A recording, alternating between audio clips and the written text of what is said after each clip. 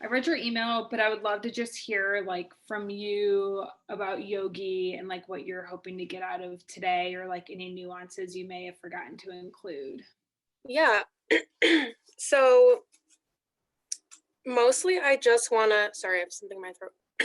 I think About, I just want to get your thoughts on like raw feeding, I guess. I really don't think like I have the budget. Also, sorry, he's in place right now and he's not happy about it. I don't think I have the budget to feed exclusively raw, so I wanted to get your thoughts on like half and half or like kibble with fresh toppers. Mhm. Specifically for his like skin. So recently I've noticed a lot of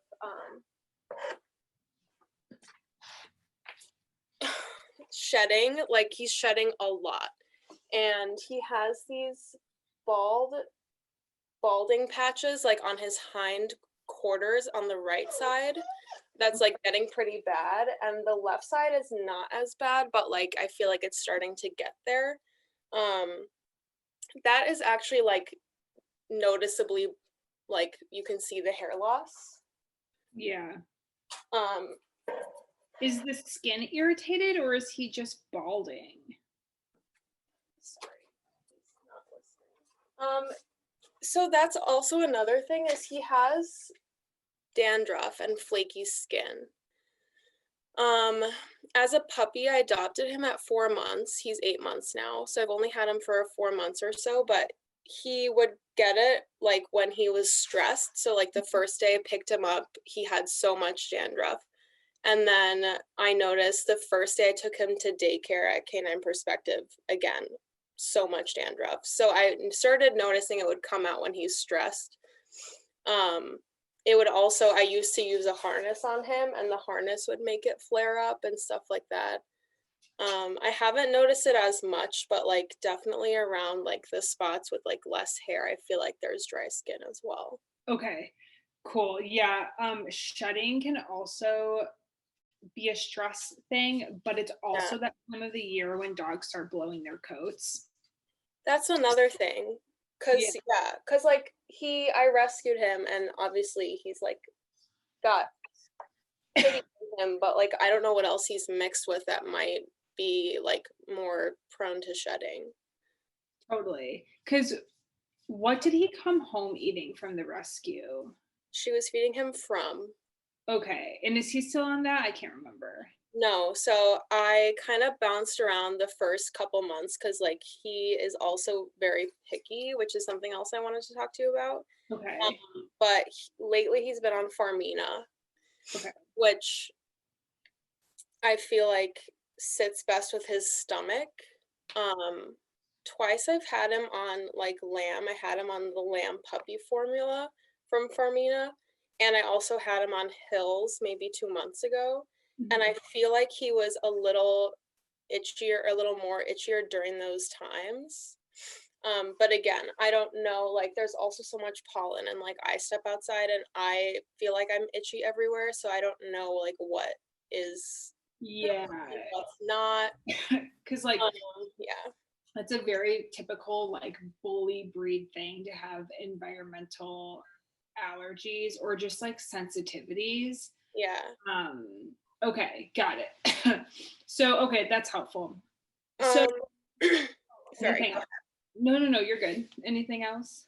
I was just gonna say he also, when I picked him up, or the first time I picked him up, he was like pretty gassy, and I feel like that kind of went away. And recently I feel like he's more gassy. I've just finished transitioning him to the chicken protein from Fermina, and I wonder if it was that. But that's also something, and they like smell so bad. Like his stool doesn't smell that bad, but like the gas is like room clearing. Yeah. So Okay, so with the Farmina foods, it's a lot oilier and fatter than other kibbles. And so it's really common for dogs to have like a couple week transition period where they're like really gassy and kind of stinky if they're not used to digesting that type of food, and Okay. it usually resolves itself. Mm-hmm. So that could definitely be something. It like could be like a food, like a minor food intolerance, like maybe he just like doesn't digest chicken as well as something else, like that's totally something. But I wouldn't be like running out to the store and wasting the food. I would give it a couple weeks and see Okay. how he does. Okay, so for like the raw fresh food stuff, Mm-hmm. here's how you can think about it. So if you wanted to do fresh food toppers, that would be like no more than 20% of his meal. So that's like the limit. And I mean, he's 8 months old, you said. Mm-hmm. So he's like technically still a puppy, but he's more of like, is he done growing, do you think? I think so. I really can't tell. I mean, he's definitely over half of his adult weight. I don't think he'll grow more than maybe 10 pounds, but that was something else I wanted to ask is like, it's hard to gauge how much I should be feeding him because I feel like I don't know his ideal adult size. Right. So when he like leaves kibble, I'm like, are you just not hungry? Like, are you not getting enough nutrition? Like, what's happening? So like, Yeah. I also, yeah, I don't know if he needs to be on puppy food still even. So it's like, it kind of depends. Yeah. So like because you don't know how big he's going to grow, like what he is, I would keep him on puppy food, just to be sure that you're covering the bases. And with the leaving the food behind, some dogs are really good at self-regulating, where if they're being overfed, they'll leave some behind. Some dogs will eat themselves silly, or he could just like not love his food. But with the mixed breeds, you really just got to go off of how their body condition is like in present day. If he's like a little chunky, feed him less. If he's looking skinny, feed him more, and kind of just go that way. So I wouldn't stress too much about it. Okay. But okay, so because he's a puppy, you can't take kibble out and swap in unbalanced fresh food because they need a complete and balanced meal for every meal. So if you wanted to add fresh food, it would just be toppers. So you would just be mindful of like other treats you're giving him throughout the day to be sure that you're not adding pounds on him. Yeah. The other thing you would do is just use some pre-made complete and balanced raw food to swap out some kibble. And like you had mentioned 50-50, but it doesn't even need to be 50-50. Like you could do 50 or 75-25 if that's what fit your budget best. Okay. Like any fresh food is better than nothing. Something else you could do is add in canned food, but canned food like can get kind of expensive too. So it's kind of like, I mean, Costco sells a really good canned food that's super cheap. That's an option. But why I say that is because we're just trying to get like carbs and starches and things out of his diet that are not as digestible that could be causing the skin irritation. Because like when they're eating these foods that aren't really easily digestible, it just like causes like chronic inflammation, which can express itself in all different ways. Yeah. So I guess like what about, because I know you use Darwin's, right?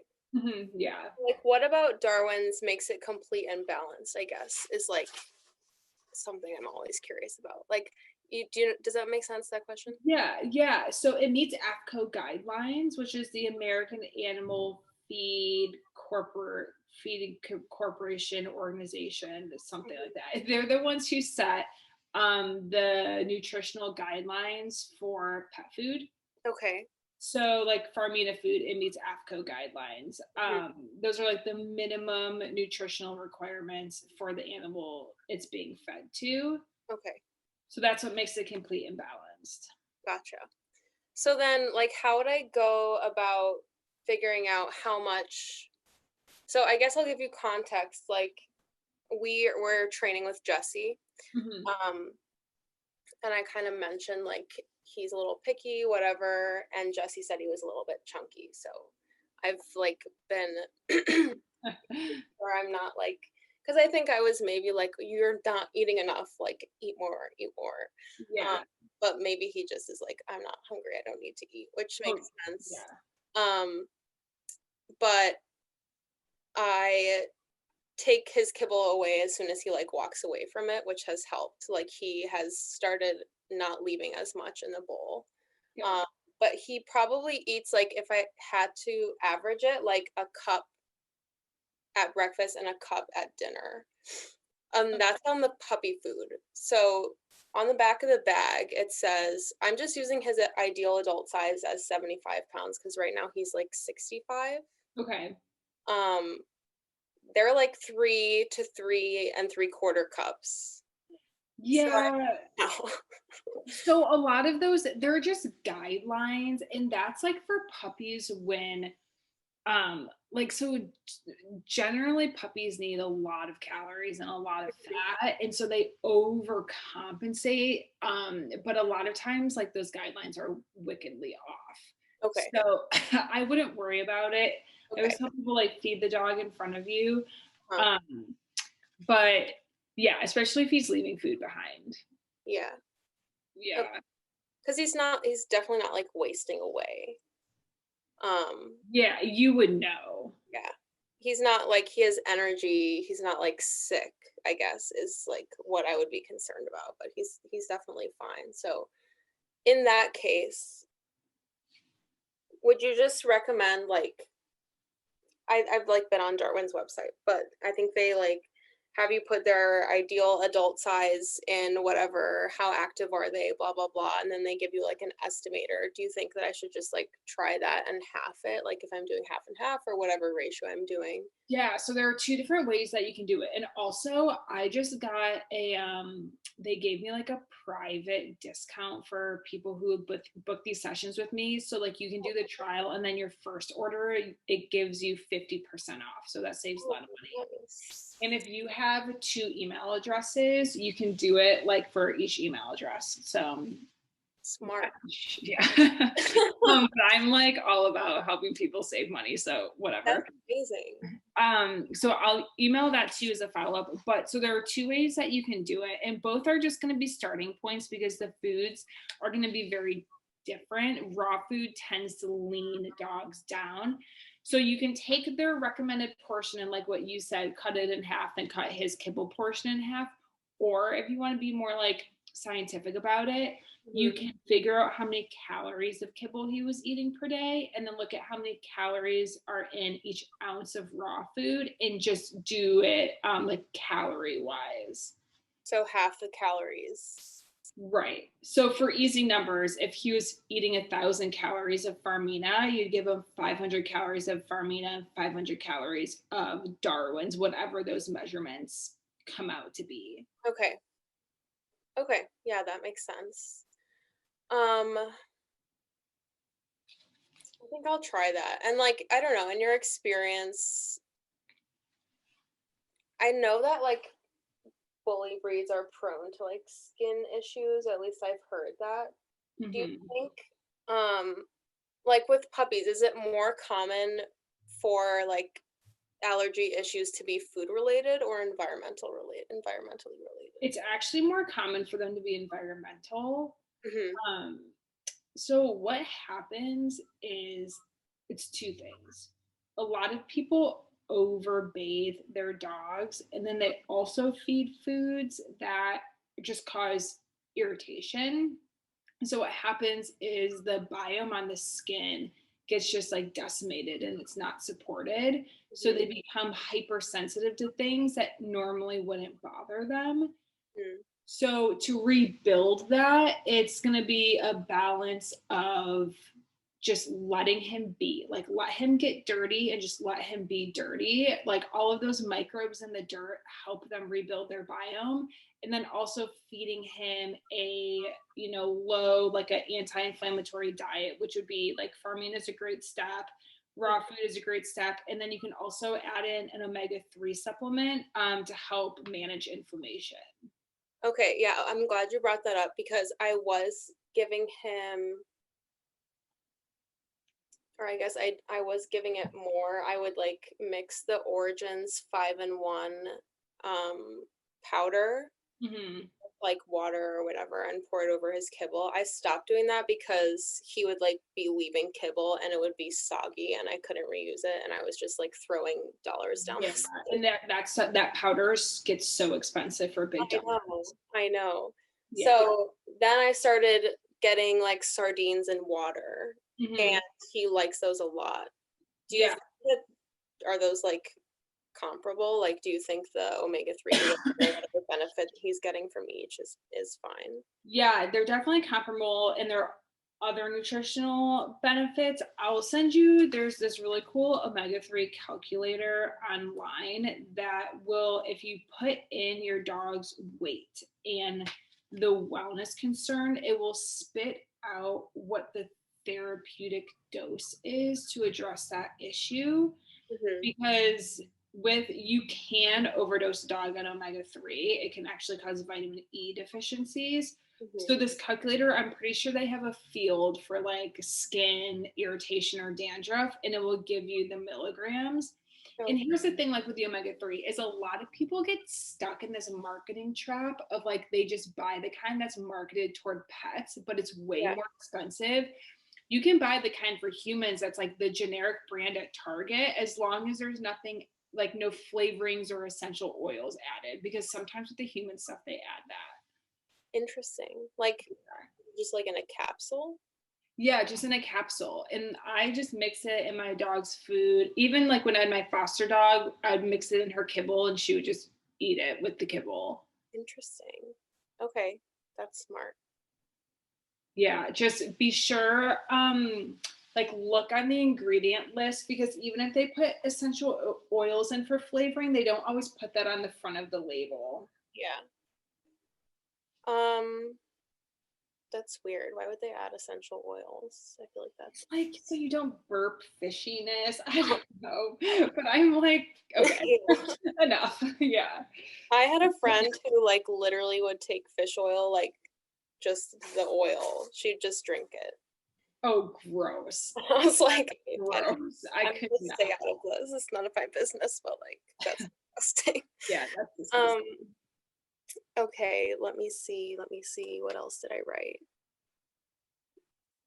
Um, okay, so I think I'm probably gonna try like, do you have any suggestions for like figuring out if there is a protein he's more or less sensitive to? It's gonna be like food trialing. Yeah, just try. So yeah, like just trying it. And the thing is, like, I would like give it a couple months, like feed the food for like a month or two and like really see if there's some sort of aversion that develops. But yeah, the only way to do it is by trialing. So like you would also have to keep in mind anything else that you're giving him would have to be that type of protein as well. So like treats and Yeah. all of that stuff. um the other thing you can do, yeah, so for the skin, like his bald spots, I don't know if you bathe him a lot, but I would stop bathing him. I Um, I bathe him with shampoo like once a month. Otherwise, if he gets really dusty, I just rinse him. yeah, so just rinse him. I wouldn't even do the shampoo once a month. If he gets gunky with something, you can just spot treat with him with shampoo, Okay. but I would just do a warm water rinse. Okay. Um, are his spots itchy or are they just kind of there? I think that they are because he's always like nibbling at them like with his front teeth. Yeah, okay. Um, but like another thing is like he still does the lazy puppy sit where he like sits on his thigh, Uh-huh. and he'll do that like on all different surfaces. And so part of me wonders if he's just like rubbing the hair off when he like sits like that all the time. No, because like that would be like that'd be super extreme. Yeah, that's probably true. I don't know, but like he He's definitely itchy. Like, he itches his ears, he itches with his front teeth. Yep. Yeah. Okay. So to me, that's probably like food stuff. So he would probably really benefit from at least partial in his diet. The reason why I ask is sometimes it's like the chicken or the egg. Is he itching because he has these bald spots that have something else going on, or is he balding because he's itching too? Yeah, exactly. So it could be that. There are like topical mousses and stuff that you can buy to help stop the itch. And so you could see if you could just get him to stop like nibbling on it if the hair grows back. Like if you just go on Chewy, like there's a brand called Duoxo that sells some. It's Duoxo. Okay. And they also sell it on Amazon. But a lot of times when you take kibble out of these dogs' diet, you'll see like a massive improvement. Okay. Yeah, I'm excited to try because like he had such a shiny, like thick coat, and like the hair on his back is like so thick, and like he has so much of it. But it's just like for some reason, like, and I also don't know like when they start losing their puppy coats, and like I don't know how that works because I feel like he has different textures of hair in different parts of his body. Yes. So, and I'm guessing he's neutered. Mm-hmm. Was he neutered by the rescue? Mm-hmm. Okay, so what can happen is when dogs are neutered really early, they get something called spay coat. And I know males are neutered, but it's also called spay coat in males, where they get that type of pattern where their top half is like really thick and luscious, and then the sides are thinner, and they shed in like clumps. They don't really shed, yeah. So Like that I can literally, I'll run my hand down and like I can like a you clump. can like Yeah. pull, yeah. So their undercoat like doesn't express itself. It gets like caught. Just like Google spay coat and you'll see what I mean. Does it, is it like there forever? Yeah, it's like a thing. Oh no. But you can help it by, like supporting his skin and coat for sure. Okay. Yeah, that's, I always thought like the top is like black and then the sides are almost like light brown. Yeah. And it's like, it's almost, it's really fine. Like his top hair is like thick and like, I don't know, shiny. And his sides are like much softer and I don't know, like much Yeah. fine. It could totally be that. It could also be him turning over his puppy coat combined with it's blowing the coat season. There are a couple things that could be going on. Okay. Yeah, I also, he doesn't like itch his paws or lick his paws that much. Oh, good. He does itch his ears. Are his ears inflamed or gooky on the inside? Mm-mm. And Okay, I like been smelling them and they don't smell bad or anything. They're like super clean and like good. not red or anything. Okay, good. But I would just try to interrupt the itching of his ears because if they scratch themselves, like that can cause an infection. yeah, I generally do. I will just like rub it for him with my Love it. Love it. he like twisted his leg the other day. He like stepped in a ditch while we were playing fetch, and so he hasn't, like, he's been like having a hard time scratching his ear with the leg that he like twisted. And so I've been like rubbing his ear for him, and I'm like, I'm so sorry. Oh, Yogi. Yogi's a mess. Okay, but yeah, this is really helpful. I'm trying to think if there's anything else I forgot. Do you think that I should like do anything about him being like a little chunky or just like, I would slim him down if you can. okay.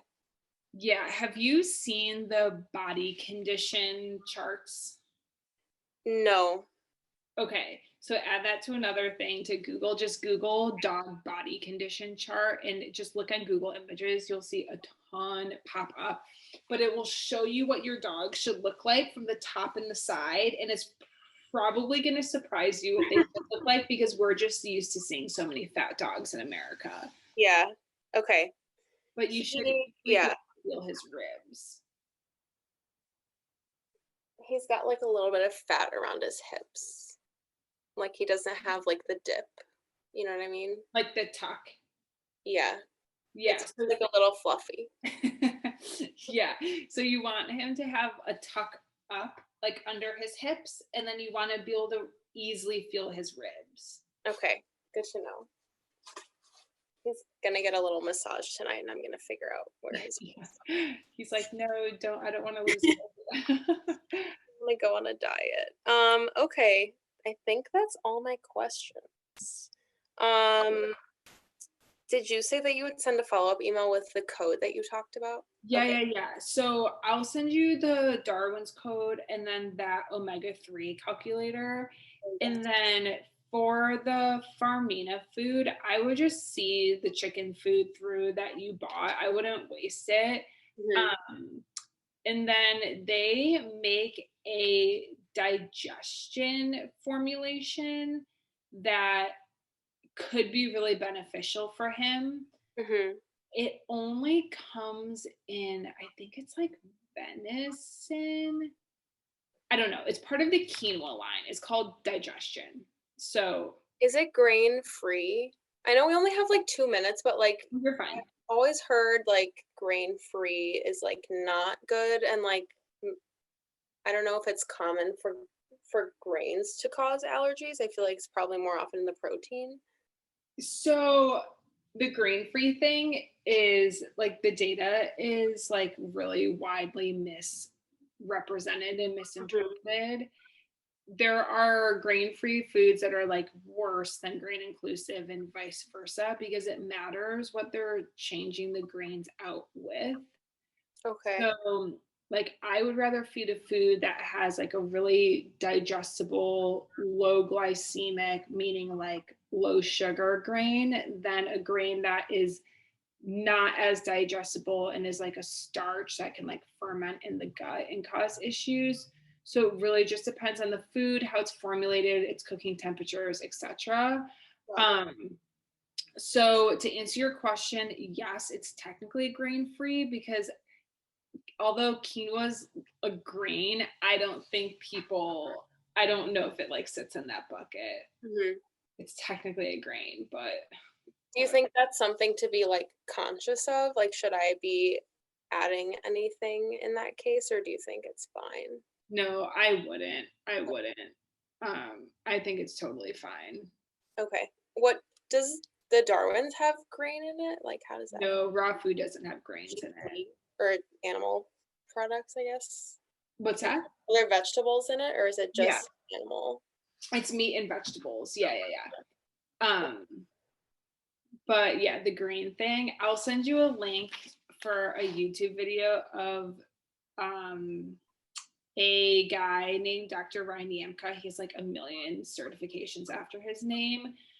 It's a presentation he gave to vets of calling out how the data has been misinterpreted and represented around the grain-free stuff. It's really interesting, but it's long. So just pour some wine and watch it one night when you're bored or something.